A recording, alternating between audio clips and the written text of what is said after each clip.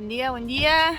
Hoy salimos de Los Antiguos para Cueva de las Manos y bueno, vamos a hacer la parte del portal caminando que pasa por el cañadón del río Pinturas y vamos a hacer la 41, que es toda de ripio, que va por el lado de la cordillera, pero hubo 2 o 3 días que hubo viento, no quisimos salir, estuvimos en el camping, ahora calmó un poco. Son como 180 kilómetros de ripio, que no hay nada a la mitad, entonces decíamos, el pronóstico sigue anunciando mucho viento, así que decidimos no arriesgar, que no sabemos si llegamos, no creo que lleguemos en el día al otro lugar, y parar por la mitad no sabemos bien cuánto viento va a haber. O sea, el pronóstico dice una cosa, después del día dice otra, entonces dijimos, no vamos a arriesgar, vamos por la 40. Vamos por la 40 de asfalto. De Perito Moreno hacia el portal al portal de las Cuevas de las Manos. Que bueno, es un tramo más largo que se hace caminando, pues si no hay otro que está más lejos, que está como a 100 kilómetros, la otra entrada, que va solo a las Cuevas de las Manos, pero no se hace el cañadón de Pinturas. Cañadón Pinturas, a ese vamos.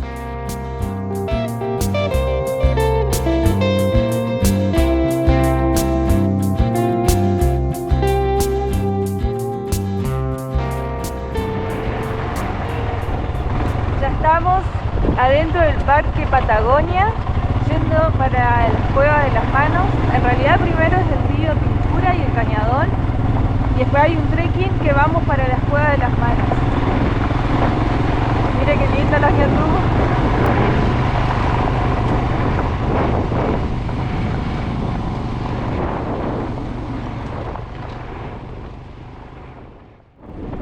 Miren la cantidad de guanacos que hay ahí.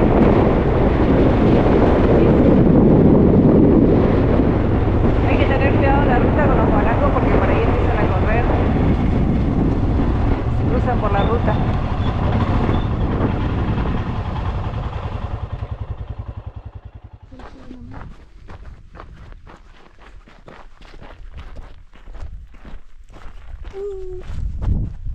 Llegamos a este sendero que se llama Sendero de los Balcones, que está antes de agarrar para allá el sendero del cañadón de Río Pinturas.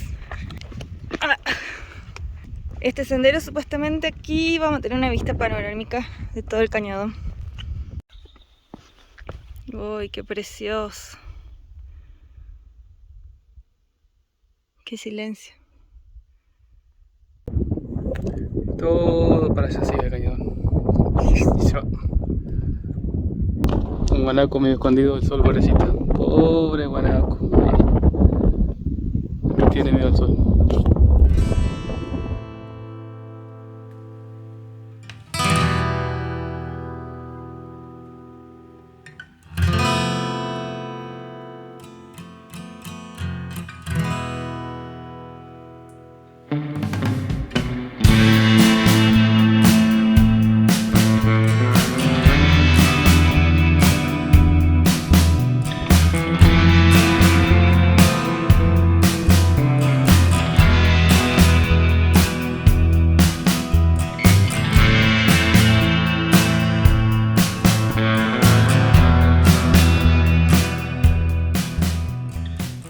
Comenzamos el trekking de descenso para el río Pintura, el cañadón y las Cuevas de las Manos. Toda esta parte tenemos que bajar hasta allá abajo y después volver a subir. Y después para volver tenemos que hacer todo lo mismo. Dicen que son como 2 horas más o menos. Bueno, ya estamos bajando y cerquita ya del río, ya se siente el fresco. Está bastante caluroso ahora, digo la verdad, acá al lado del cañadón. Allá ya empieza el río. Y después tenemos que pasar todo eso y subir por allá. La naturaleza provee. Calafate. Este es el fruto del calafate.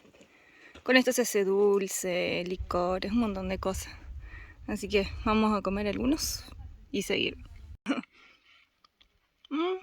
Están buenos, están re dulces. Había otros que están más secos ya. Se ve que el calor los marchitó, pero estos están buenos. Llegamos al río Pintura. Es bastante angostito, pequeño.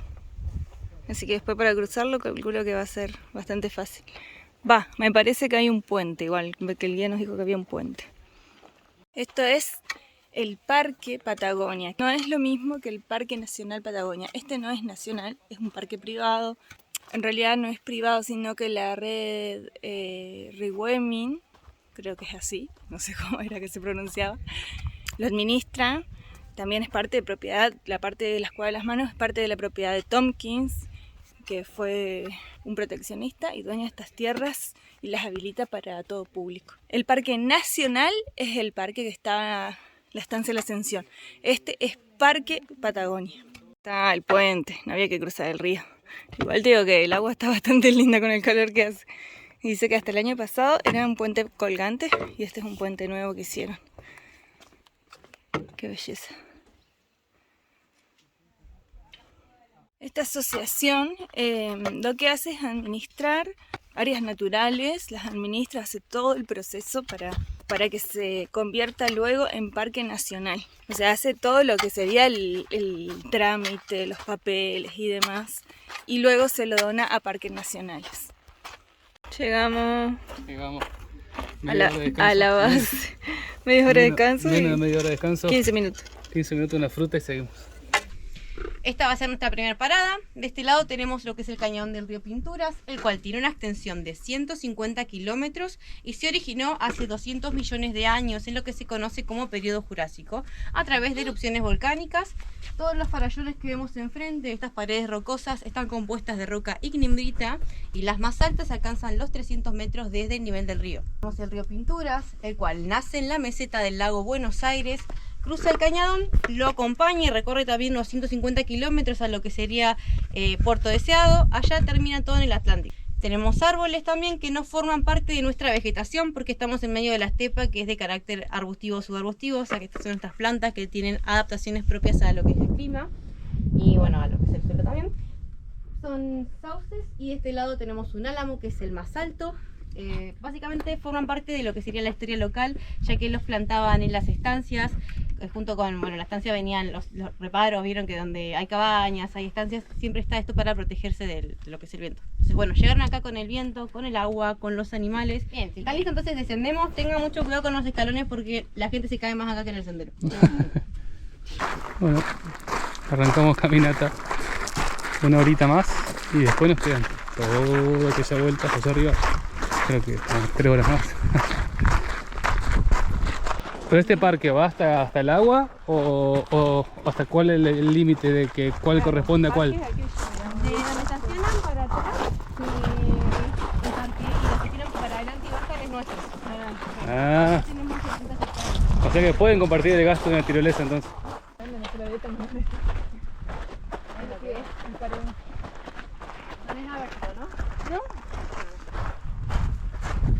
Bien, acá vamos a hacer nuestra parada técnica. Bueno, la roca, se cayó. Y también habían pinturas, porque no era una cueva, pero era un alero, un refugio. Entonces yo siempre lo que hago es invitar a la gente a que busquen la única pintura completa que quedó en pie acá. Ahí justamente en el sector ese oscuro negro que se ve en la pared, en blanco, hay un negativo de mano. ¿Qué negativo se le llama? Bueno, lo que es la técnica. Muestro, este es el primer sector con pinturas. Acá vamos a encontrar algunas de las más antiguas que datan de unos 9300 años. Hay que destacar que no todas las pinturas fueron realizadas en el mismo momento, sino que este grupo de primeros pobladores de Patagonia llega a 10.000 años atrás, cuando estábamos saliendo de la última gran glaciación. Los glaciares comienzan a derretirse y eso hace posible la ocupación de un lugar como este. Entonces, por un lapso de 8.000 años, vienen de forma intermitente, se van, vienen acá siguiendo los guanacos, se van siguiendo los guanacos cuando empieza el invierno. Y es así que logran esta superposición de diferentes elementos, diferentes colores, diferentes periodos. Uno de los colores más antiguos que encontramos es el tono ocre, luego lo que es rojo, negro, blanco, posteriormente tonos más brillantes. Vamos a ver arriba a la derecha ahora una escena de cacería dinámica. Hay un guanaco y detrás un cazador. Esto se llama escena de cacería dinámica porque podemos apreciar el movimiento que hay en ambas figuras. Del guanaco, bueno, como principal fuente de alimento, no solamente obtenían lo que es carne, sino que también aprovechaban todo el animal. La sangre, los huesos, los tendones, el cabello, todo era aprovechado para sobrevivir, como dije. Un ejemplo, por ejemplo, es lo que es el lazo bola, la bola pampa. Usaban rocas con una tira de cuero, le amarraban el tendón, una manija y la bola se arrojaba hacia el animal. Se usaba para cazar a los animales a distancia. Entonces vamos a descubrir cómo pintaban. Acá de este lado, del lado derecho, van a encontrarse con este panel. Es la postal más famosa y es por la concentración de manos y también por los tonos, que tiene mucha mejor conservación que los que vimos en primer momento, ¿no? En toda esta área, que es el denominado sector 2, hay rastro de 829 negativos de manos, lo cual es una gran cantidad si tenemos en cuenta que se estiman que hay unas 2000 manos en todo el lugar.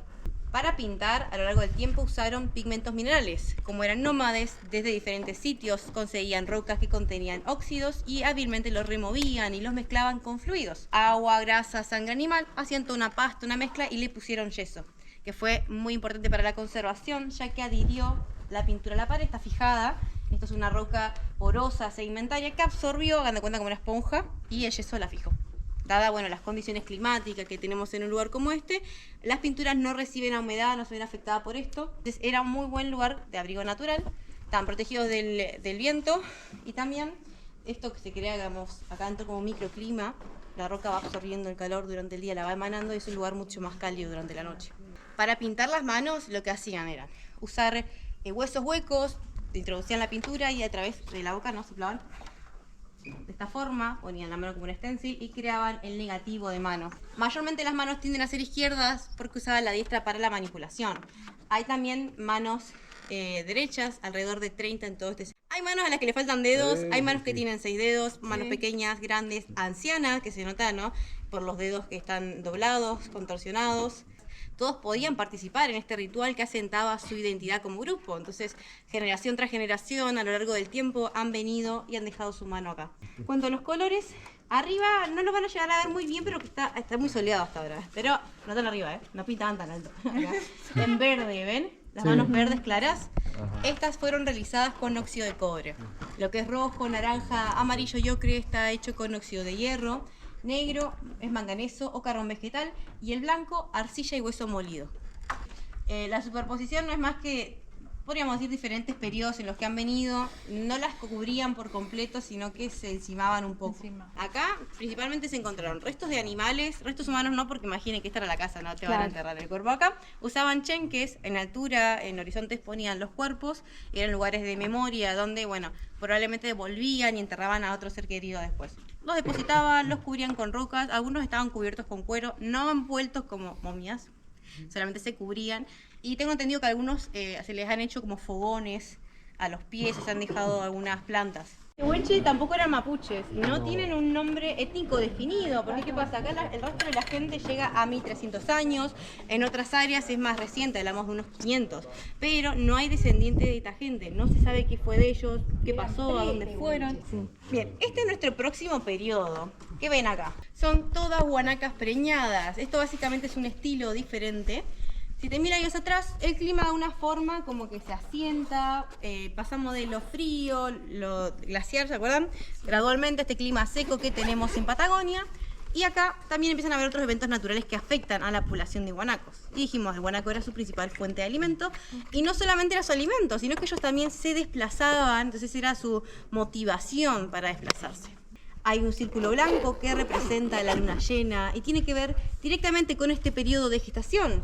Los guanacos gestan 11 meses de gestación. Es en noviembre, en el cambio de luna, antes y después, cuando las guanacas comienzan a parir. Chulengo, ¿habían escuchado el término? ¿De dónde? De la parrilla. De la parrilla. Se cocina el asado, por supuesto. Siempre hacemos la comparación. Si pensamos en un chulengo, vieron que cilíndrico, con la chimenea y las patitas, y un guanaco es bebé, sería más o menos del mismo tamaño, podríamos decir. Por otro lado tenemos la cueva, esta es la famosa cueva de las manos, tiene una profundidad de 25 metros y al fondo van a encontrar que está todo cubierto con hollín de los fogones que se encendieron en algún momento. Este era su abrigo natural, era un lugar para prepararse, ¿no?, para la cacería, para la práctica de rituales, cómo pintar, también la danza. Dentro del lado derecho está la mayor concentración de pinturas que se encuentra, bueno, en el interior. No es posible verlas desde acá y desde hace 15 años se prohibió el acceso a la cueva. Desde hace 15 años se dijo basta porque es un sitio relativamente nuevo en cuanto al estudio, en cuanto al turismo. Hay rastro, hay sedimento, ¿no?, que todavía no se ha excavado, que queda mucho por investigar. ¿Cómo se descubrió? ¿Cuándo se descubrieron?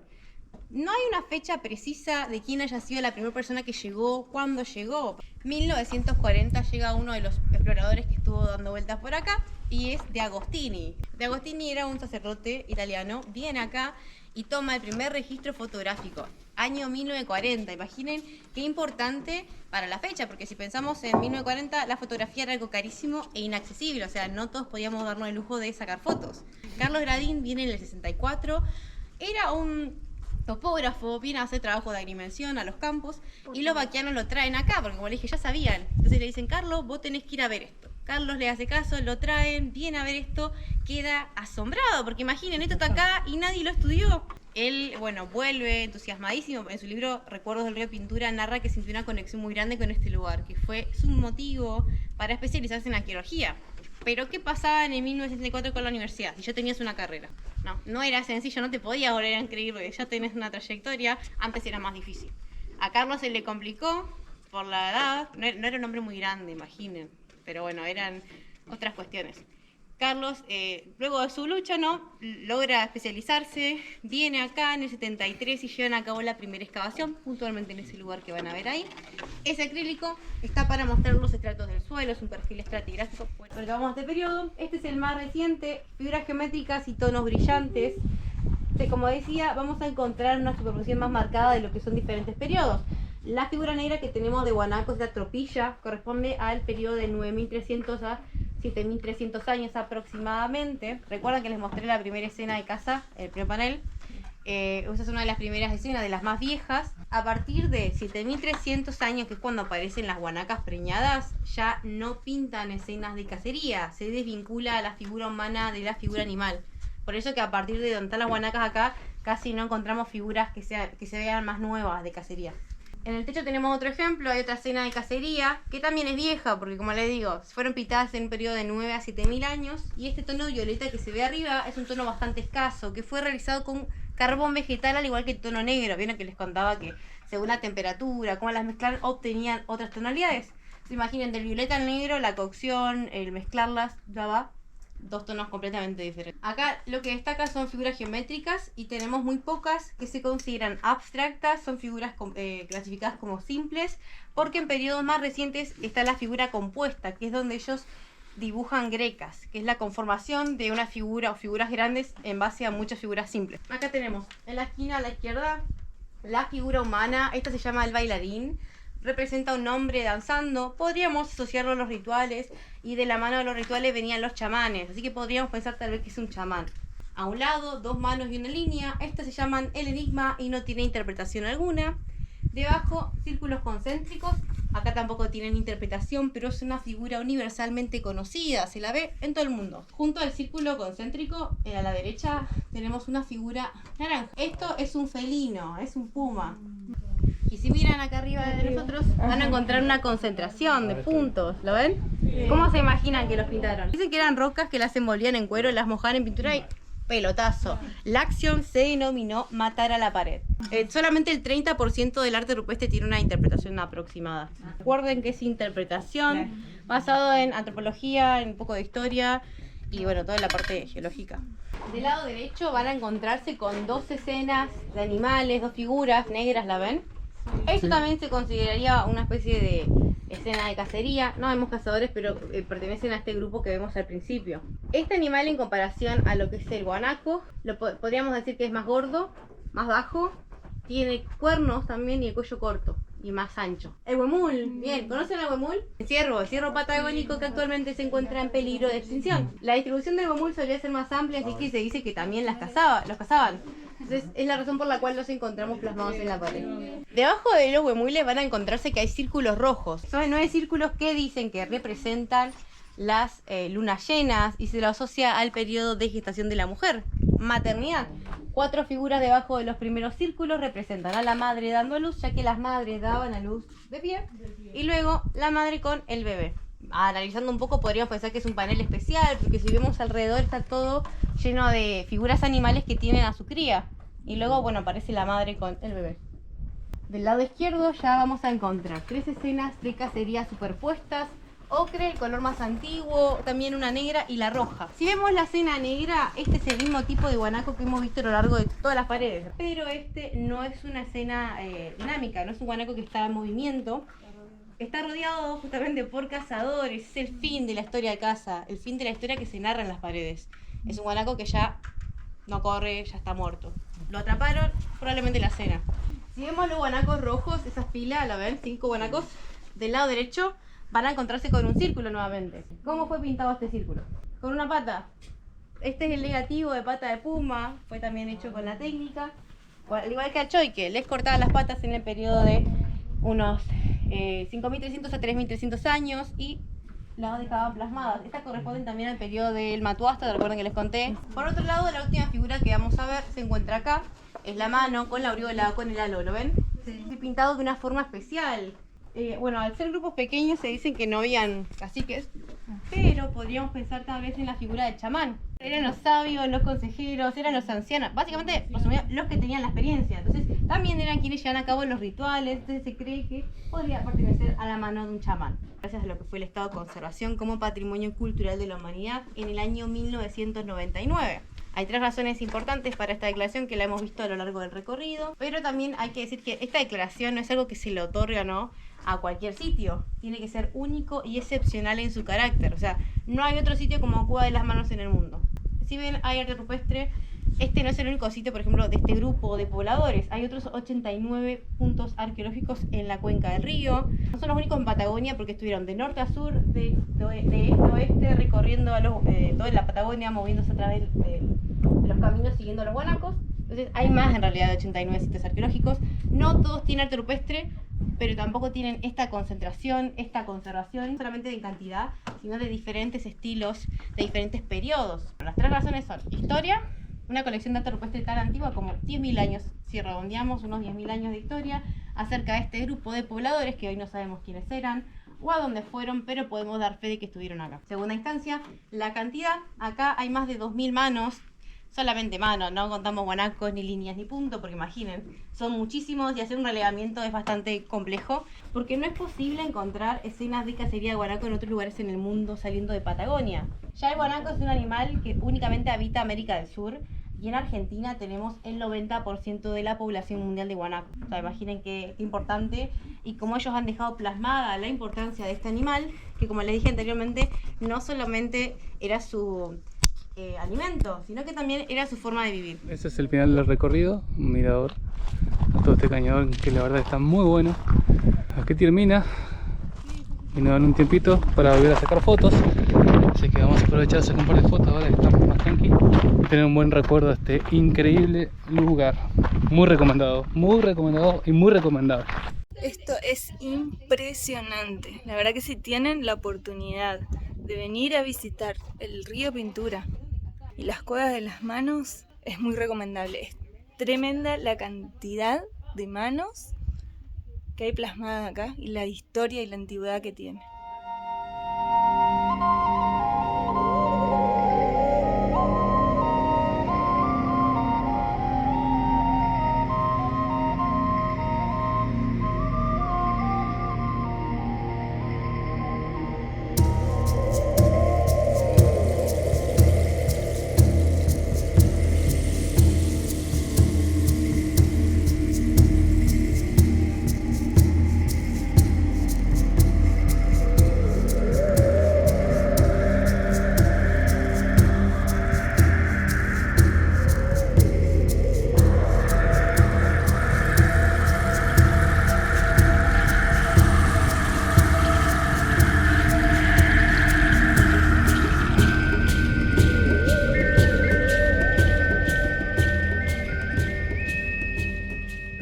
Tenemos que volver a bajar todo ese caminito, todo para acá abajo, volver a subir y allá debería estar la moto, las motos. No le afloje. Y allá va el equipo que vuelve, que no le afloje. Vamos equipo, vamos que faltan 100 kilómetros todavía. De pura alegría, no le afloje, doña. Tenemos que volver todo por allá, entonces dijimos, bajamos ahí, pasamos por el río Pinturas, río, arroyo, lago, y volvemos a subir allá arriba. En teoría es 1 hora y media. Yo creo que lo hacemos más rápido, pero bueno, hay una bajada interesante, pero tenemos unas subidas muy importantes por allá, así que encima no almorzábamos, no sé por qué, por apurado. Muy buenas esas piedras, muy lindas, che. Acá hay un cartel, dice que el viento es fortísimo. Ah, bueno, ya escucharon. Vamos, equipo, que arriba nos están esperando con un buen asado. Yo con mis 40 ya no estoy más para estos trotes, dijo. Bueno, una de las primeras escaleras. Buenas bajadas, pero bueno. Por allá hay una escalera subiendo, así que vamos a morir. Todo por allá están las cuevas y allá el mirador. Bueno, todo está en las cuevas de las manos. Se viene para acá, se baja para acá y subimos por acá. Y seguimos para allá y para allá. Uy, cansador esto. Bueno, falta de estado, ¿no? Hay que hacer ejercicio, muchachos.